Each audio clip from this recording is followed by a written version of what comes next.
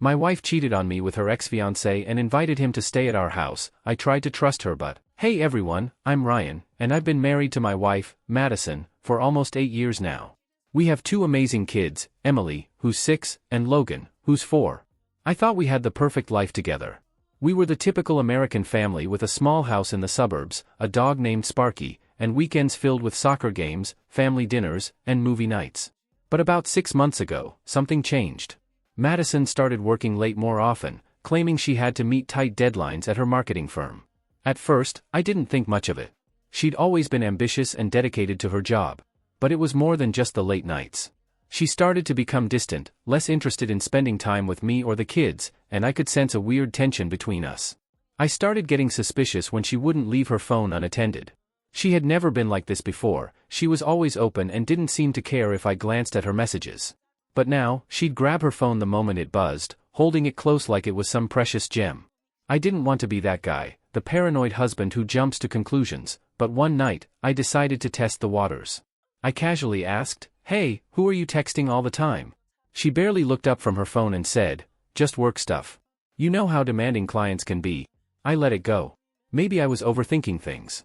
Or maybe I just didn't want to see the truth staring me in the face. I couldn't shake the feeling that something was off, though. And it all came to a head one evening when I was on a business trip across the country. Little did I know, that phone call would change everything. I was in Chicago for a week-long business trip. It wasn't anything special, just the usual meetings and presentations. The plan was to return home by the weekend and spend time with the family. I called Madison every night just to catch up and hear about her day. Most of the time, our conversations were brief. She'd say she was tired and going to bed soon. I didn't think much of it because I was tired too. But one night, the 3rd night of my trip, something felt off. It was nearly 11 p.m. back home, and I hadn't heard from her all day, which was unusual. I dialed her number, expecting the usual sleepy voice. Instead, she answered in an unusually soft tone, almost a whisper. "Hey, babe," she said. "Sorry, I didn't hear the phone. I was just about to go to bed." "Hey, it's no problem," I replied, trying to ignore the sinking feeling in my gut. "How's everything going? You sound a little off." There was a brief pause before she responded, and I could hear some shuffling in the background, like she was moving around. "Oh, I'm just really tired. Long day at work, you know?" I decided to play it cool and asked casually, "Are the kids already asleep?" "Yeah," she replied quickly. "They've been in bed for a while." Then I heard it, a faint, male voice in the background. It was so soft, I almost convinced myself I'd imagined it. I strained to listen more closely. My heart started to race, and I could feel the adrenaline pumping through my veins. "Madison, is someone there with you?" I asked, my voice tight. I tried to keep my tone steady, but I knew I sounded nervous. "What?" She let out a short, almost nervous laugh. "No, of course not. Why would you ask that?" I knew I wasn't imagining things. I heard something else, footsteps, maybe. I pressed on. "I thought I heard someone talking." "Are you sure?" "Ryan, you're being ridiculous." Her voice hardened, and I could sense the irritation creeping in. "I'm here alone, okay? You know I don't like it when you get paranoid like this." I didn't want to push her too hard. I didn't want to sound like some jealous husband, but something wasn't adding up. "All right, I just wanted to make sure. Maybe I'm just tired and hearing things." "Yeah, maybe you should get some sleep," she said curtly. "Look, I'm going to bed now. Talk to you tomorrow?" "Sure." "Good night, Madison," I murmured, feeling like I'd just lost some unspoken battle. "Good night," she whispered back. Then I heard a soft click as she ended the call. I stared at my phone for a long time, my mind racing. Who was that voice? What was going on? I could have sworn I heard someone. But what could I do about it when I was hundreds of miles away? I didn't sleep that night. Something was definitely wrong, and I was going to find out what it was. The next morning, I woke up with a pit in my stomach. I couldn't stop thinking about that phone call. As I got ready for the day, I replayed it over and over in my head, analyzing every word she said, every pause, every little background noise. I convinced myself I was being crazy. Maybe it was just the TV or a neighbor passing by. But the nagging feeling that something was terribly wrong wouldn't go away. I tried focusing on work, but my mind kept drifting back to Madison and the voice I'd heard. During lunch, I decided to text her. Just something simple, to see how she would respond. "Hey, how's your day going?" No response. I waited an hour, and then another. Finally, a reply came through. "Sorry, busy at work. Everything's fine here. How about you?" It seemed innocent enough, but there was a detachment in her words that made me uneasy. Usually, she'd ask about my day, tell me something funny the kids had said, or complain about her annoying boss. But this message felt hollow. I decided to let it go and not push. At least not yet. That night, I called again, but this time, she didn't answer. Instead, she sent me a text a few minutes later. In bed already. Exhausted. Talk tomorrow? I stared at the screen, feeling the distance between us growing wider and wider. The urge to call again and demand an explanation was strong, but I fought it down. Something told me to play it smart, to be patient. The following morning, I did something I never thought I'd do. I called my friend, Jake. He's been my best friend since college and knows me better than anyone else. He's the kind of guy who tells it like it is, no matter how harsh it might sound. If I was truly going off the deep end, he'd be the one to yank me back to reality. "Hey man," I said after we exchanged the usual greetings. "I need to talk to you about something." "Sure, what's up?"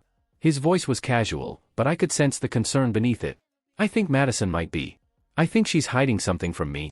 I stumbled over my words, feeling foolish for even saying it out loud. Jake was silent for a moment, then he asked, "What makes you say that?" I told him everything, the late nights, the secretive phone behavior, and especially that phone call from the other night. When I finished, there was a long pause. "Ryan, I don't want to jump to conclusions, but it doesn't sound good," Jake said slowly. "I mean, you know Madison better than anyone. Do you really think she'd do something like this?" "I don't know, Jake. I never thought she would. But things have been so different lately. It's like she's a stranger."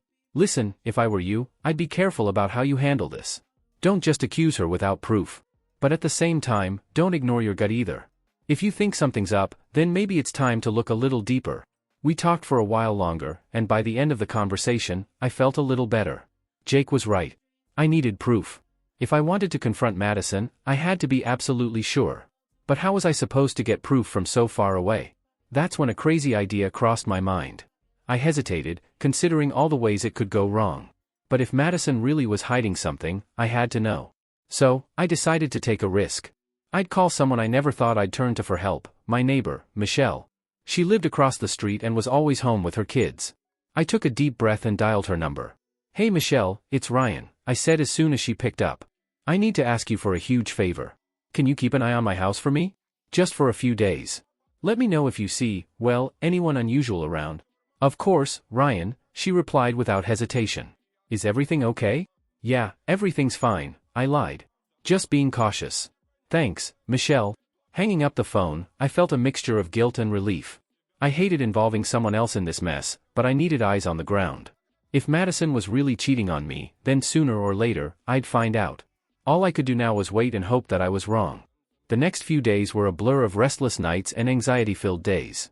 I tried to act normal whenever Madison called or texted, but my mind was always somewhere else, playing out scenarios of what she could be doing when I wasn't around. On Thursday afternoon, just when I thought I couldn't take the waiting any longer, Michelle texted me. "Hey, Ryan. Sorry to bother you, but I thought you should know. There's been a car parked outside your house the past couple of nights. It's not yours, right?" I felt my heart skip a beat as I read her message. I quickly texted back. "No, it's not. What kind of car is it?" "It's a black sedan. I couldn't see much because it's been dark, but it's definitely not one of the neighbors. I've seen it leave around midnight the last 2 nights. The ground seemed to tilt beneath me as I tried to make sense of it. A black sedan. Leaving around midnight. Who the hell was that?" My fingers shook as I typed. "Could you do me a favor, Michelle? If you see it again tonight, can you write down the license plate number or take a picture if it's safe?" She agreed, and I spent the rest of the day in a state of numb anticipation. I tried to bury myself in work, but every time my phone buzzed, I jumped, half expecting to see a message from Michelle saying that Madison had been caught doing something terrible. By the time evening rolled around, I was a mess. I couldn't eat, couldn't focus, and every passing second felt like an hour. I kept staring at my phone, waiting for it to light up with the truth, one way or another. Then, around 11 p.m., Michelle finally texted me. "The car's here again. Parked right outside your house. Should I call the police?" My breath caught in my throat. This was it. This was happening. I fought the urge to scream into the phone and texted back quickly. "No, don't call the cops. Just get the plate number and, if you can, take a picture. Please be careful, Michelle." There was a long pause before she responded. "I got it. Sending you the pic now." A few seconds later, my phone buzzed again with an image attached. I opened it, and there it was, a grainy picture of a black sedan parked in front of my house. The license plate was just visible enough to read. M43-2LY. I didn't recognize the car or the license plate. I stared at the picture until my eyes hurt, willing it to reveal something, anything, that would explain what was going on. Before I could think any further, another text came through. Ryan, the driver just got out and is walking up to your house. I can't see their face, but they're definitely not a delivery person or anything like that. Should I do something? I froze, feeling a strange mix of terror and anger boiling inside me. Someone was walking up to my house? At this time of night? But more importantly, what were they doing there? No, just stay safe, Michelle. Thank you for everything. I'll handle it from here, I replied, trying to sound calm even though my mind was spinning out of control. Who was this person? What did they want? And why were they at my house while Madison was inside? I stared at my phone, contemplating what to do next, when it buzzed again, this time with a call. I looked at the screen. It was Madison. Hey, babe, she said, her voice a little too cheery. I just got home from work. What are you up to? My hands clenched into fists. Just got home? It was past 11 p.m. The car was right outside the house. She was lying through her teeth. I forced myself to keep my voice steady.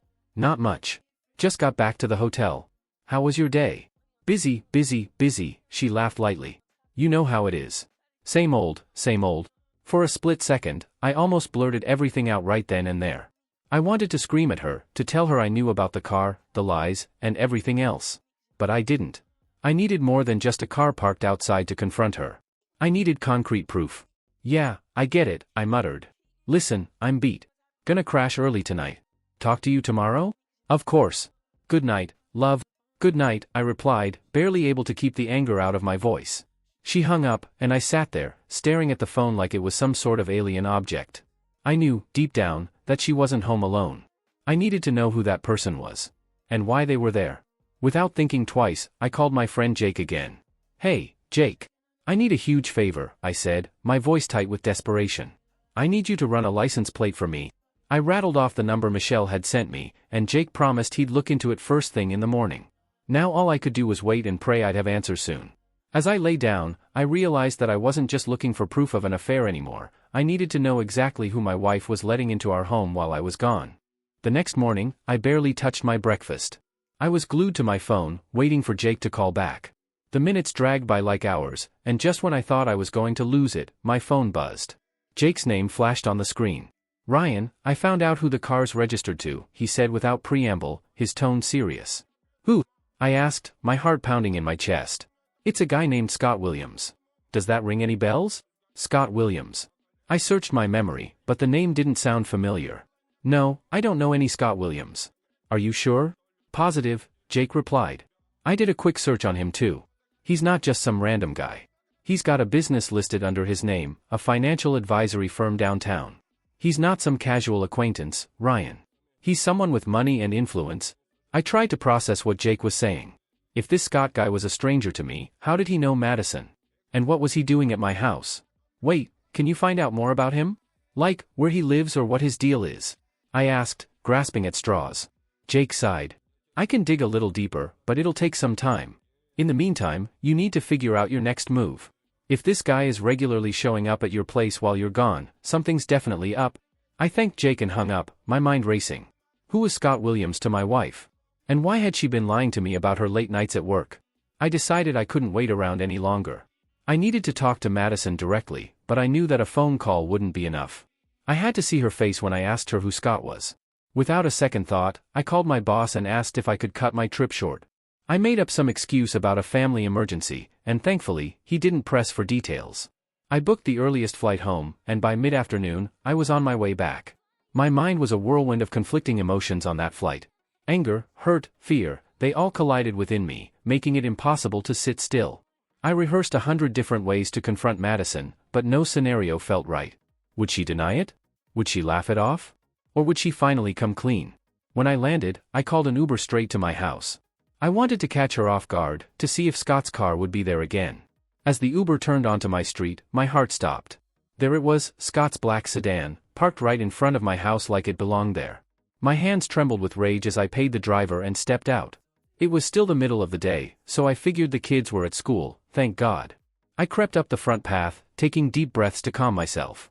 I wasn't sure what I'd find inside, but I was determined to face it head on. I reached the front door and hesitated for just a moment before I unlocked it and pushed it open. The house was eerily quiet. I stepped inside, listening carefully. From the living room, I heard faint voices. One was Madison's, and the other, a man's voice I didn't recognize. My heart hammered in my chest as I moved silently down the hall. When I reached the doorway to the living room, I stopped, peeking around the corner. There they were. Madison and a man I assumed was Scott Williams, sitting way too close on the couch. She was holding his hand, looking at him with an expression I hadn't seen in years, an expression full of warmth and familiarity. "Madison," I said, my voice trembling with a mix of fury and heartbreak. She jolted up like she'd been electrocuted, her face going pale as she turned to look at me. Scott, on the other hand, merely shifted back slightly, his expression calm, almost as if he'd been expecting me. "Ryan. What are you doing here?" Madison stammered, her eyes wide with shock. "I came home early," I said flatly. "To find out who the hell Scott Williams is and why he's in my house." Madison opened and closed her mouth several times, like a fish out of water. Then, to my utter disbelief, she glanced at Scott as if she needed his permission to speak. He leaned forward, crossing his legs, and smiled at me. "Ryan, right? I'm Scott." Madison and I were just. "Shut up," I snapped, unable to control the anger bubbling up inside me. I turned my gaze back to Madison, who looked like she was about to faint.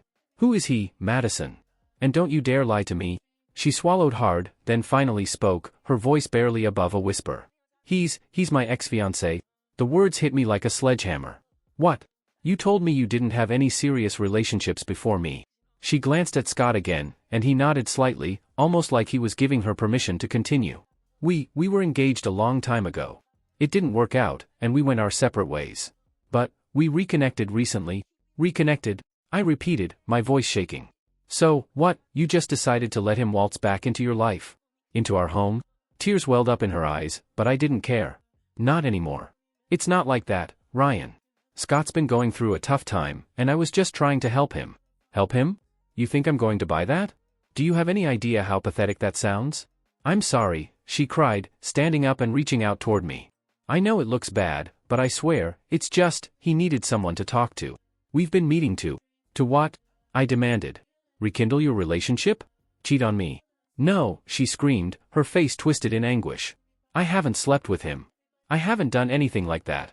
He's just been staying here because he's going through a divorce and didn't have anywhere else to go." The air seemed to thicken around me. My head spun as I tried to process what she was saying. This man, her ex-fiancé, was living in our house while I was gone? "So you let him live here, with you, while you lied to me every single day?" I spat, the betrayal cutting me like a knife. Scott finally stood up, his hands raised in a placating gesture. "Ryan, I think we should all just calm down. Madison's been nothing but supportive. She's an incredible woman, and I respect her too much to." "Get out," I hissed, my voice low and deadly.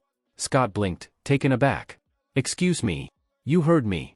Get the hell out of my house before I make you leave." He hesitated, glancing at Madison, who was now openly sobbing. Then, without another word, he turned and walked past me, heading for the door. Once he was gone, I turned back to Madison. She looked broken, like a child caught doing something wrong. "Ryan, I'm sorry," she whispered. "Please, just let me explain." "Save it," I snapped, feeling the weight of everything crashing down on me. "I'm done listening to your lies." And with that, I walked out the door, leaving her standing there alone. I didn't go far after leaving the house. I parked nearby and called Jake to update him. When I told him what Madison had said, he was just as stunned. "Her ex-fiancé is staying at your house?" he asked incredulously. "Yeah," I muttered, still seething. "She says he's going through a divorce and needed a place to stay. Claims she hasn't slept with him, but I don't buy it." "Man, you need more answers." "There's no way that's the full story," Jake said. "You need to find out what's really going on." His words solidified my next move. I needed the truth, but not just from Madison. I needed hard evidence. I drove back to the house, my mind made up. When I walked in, Madison was still on the couch, her eyes red and swollen from crying. "Ryan, please let me explain," she started, but I cut her off. "Not now," I said firmly. "I need space." I grabbed a few clothes and called a private investigator. I needed concrete proof, texts, photos, whatever it took to uncover what she'd really been doing. "I'm staying at a hotel for a few days," I said flatly as I headed for the door. Madison's face crumpled. "Please, Ryan, don't go," she pleaded, but I ignored her and walked out, determined to finally get the answers I deserved. The next day, I met with the private investigator, a no-nonsense guy named Greg. I filled him in on everything: Scott's late-night visits, Madison's lies, and my suspicions that this was more than just an old flame in need of help. "Sounds like you've got a mess on your hands, Ryan," Greg said, jotting down notes. "I'll start by tailing this guy and tracking their communications. Give me a week or two, and we'll see what we dig up." That night, I checked into a hotel. Being away from home felt strange, like I was an intruder in my own life. Madison texted a few times, but I didn't reply. I needed time to process everything. A couple of days later, Greg called me back. "You're not going to like this," he said grimly. "I've got surveillance footage from your house." "It's not good, Ryan." My heart sank. "What did you find?" "I've been monitoring Scott's comings and goings. He's been at your place every night since you left, staying until the early morning hours. But it's not just him. I found out Madison's been meeting him outside of the house during the day too, at hotels, restaurants, even at his office." He paused, then continued, "And I pulled their phone records. They're in constant contact, texting and calling each other several times a day. Whatever she's told you, this isn't just about helping an old friend." I felt a wave of nausea wash over me. What are they saying in the texts? Some of it's mundane, but there are a lot of messages that suggest intimacy. Nothing explicitly romantic, but she's definitely hiding her relationship with him. The confirmation hit me like a ton of bricks. Every lie, every excuse, it was all unraveling before my eyes. I thanked Greg and hung up, staring blankly at the hotel room wall. All this time, I'd wanted to believe that maybe Madison was telling the truth. That maybe she was just misguided, trying to help Scott through a rough patch. But now, the truth was clear: she wasn't just lying to me, she was betraying me on a level I hadn't even imagined. Later that night, I called Madison. For the first time in days, I answered her desperate text with a simple message: "We need to talk. Now." I could hear the fear in her voice when she picked up. "Ryan, please, Stop," I said, cutting her off. "I know everything. I know about the texts, the meetings, everything. You've been lying to me from the start." There was a long silence. When she finally spoke, her voice was small and trembling. "Ryan, I'm so sorry. I never meant for it to get this far. I just..." "Save it," I snapped. "I don't want your apologies. I want to know why. Why did you bring him into our home, into our lives?" "I didn't know how to tell you," she whispered. "When Scott reached out, I thought I could handle it. I thought I could just help him as a friend, but things got complicated. It's not like you think." "Not like I think?"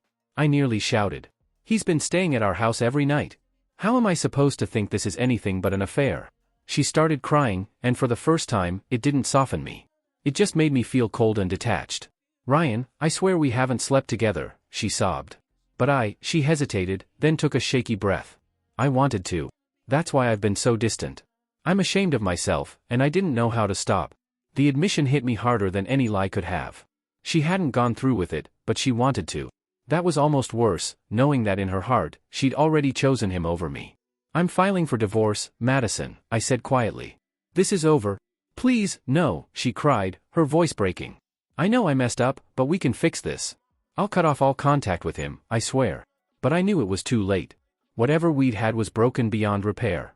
I'd never be able to look at her the same way again. "It's done, Madison," I said firmly. "You made your choice. Now I'm making mine." And with that, I hung up, feeling a strange sense of calm settle over me. It wasn't the ending I'd wanted, but it was the closure I needed. The next day, I met with the private investigator.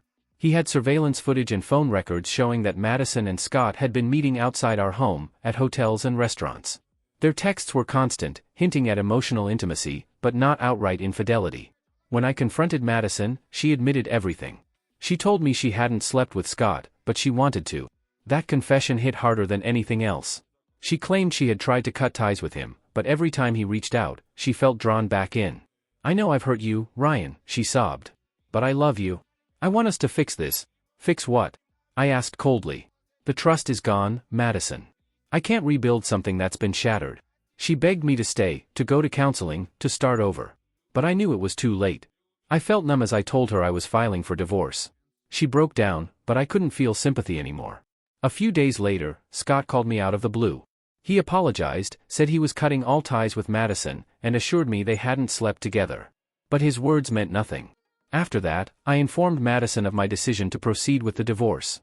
It was the hardest choice I've ever made, but it was also the only way to move forward. Our marriage had been built on trust, and without it, there was nothing left to save. As I hung up, I felt a strange sense of relief. I was finally taking control of my life again. It would be a long road ahead, but at least now, I was ready to walk it alone.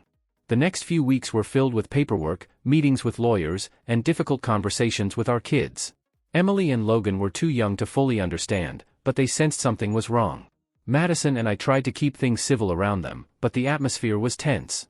Madison kept reaching out, saying she was willing to do anything to make it work. She begged for counseling, for a chance to prove herself. But every time we spoke, I felt nothing but emptiness.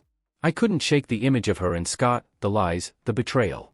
The private investigator wrapped up his work, confirming what I already knew: there were no signs of physical cheating. But the emotional affair had cut just as deep. It didn't matter that she hadn't slept with Scott, she had still chosen him over me in so many ways. One day, I met with Madison to finalize the details of the divorce. She looked exhausted, like she hadn't slept in days. "Ryan, I'm sorry for everything," she whispered, her voice broken. "I know I lost you, and I know I don't deserve your forgiveness, but I hope one day you can find it." "I don't hate you, Madison," I said softly. "But I can't forget what you did. I hope you figure things out and find what you're looking for." We signed the papers, and just like that, it was over. Afterward, I took a deep breath and walked away. It wasn't the ending I'd imagined for us, but it was the start of a new chapter. One where I could rebuild, heal, and maybe one day, learn to trust again. It would be a long journey, but for the first time in a long while, I felt a sense of hope. A few months after the divorce was finalized, life started to settle into a new rhythm. Madison and I established a co-parenting schedule for the kids. Seeing them every other week was tough, but I knew it was for the best. I focused on making my time with Emily and Logan count, trips to the park, board games, and making pancakes on Saturday mornings. I wanted them to feel safe and loved, no matter what changes were happening around them. Madison respected the boundaries I set. She stopped calling and texting about anything unrelated to the kids. Occasionally, she'd look at me with that familiar regret and sadness in her eyes during handoffs, but she kept her distance. It was as if she knew pushing any harder would only make things worse. One evening, after dropping the kids off at Madison's place, I ran into Michelle, the neighbor who had helped me during those initial days of suspicion. We exchanged awkward smiles and polite small talk, but then she surprised me. "I always knew something was off," she said softly. "But I never wanted to get in the middle of it. I'm really sorry for what you went through, Ryan." "Thanks," I murmured, genuinely appreciative of her concern. "It was tough, but I'm moving on." We talked a bit longer, and for the first time in a long while, I felt a connection with someone that wasn't tinged with bitterness or betrayal. Michelle was going through her own struggles, recently divorced herself. We shared our stories, our frustrations, and the small victories of rebuilding our lives. It wasn't long before we started meeting up more often. Coffee turned into dinners, and eventually, we began spending time together, just enjoying each other's company without any pressure. It felt strange but good, like a part of me that had been numb was slowly coming back to life. One night, as we sat on a bench in the park, watching the sunset, she turned to me and said, "You know, you're stronger than you give yourself credit for. I've seen you pull through some dark times, and I think you're going to be okay." I smiled, feeling a warmth I hadn't felt in months. "Thanks, Michelle. I think I'm finally starting to believe that too." It wasn't a grand declaration of love or some dramatic new beginning. It was just two people, each healing in their own way, finding a bit of solace in one another's company. And for the first time since everything had fallen apart, I felt a glimmer of hope for the future. I didn't know what lay ahead, but I knew one thing for certain: I was ready to embrace whatever came next. I'd been broken, betrayed, and brought to my knees, but I was still standing. And that, in itself, was a victory worth celebrating. The end.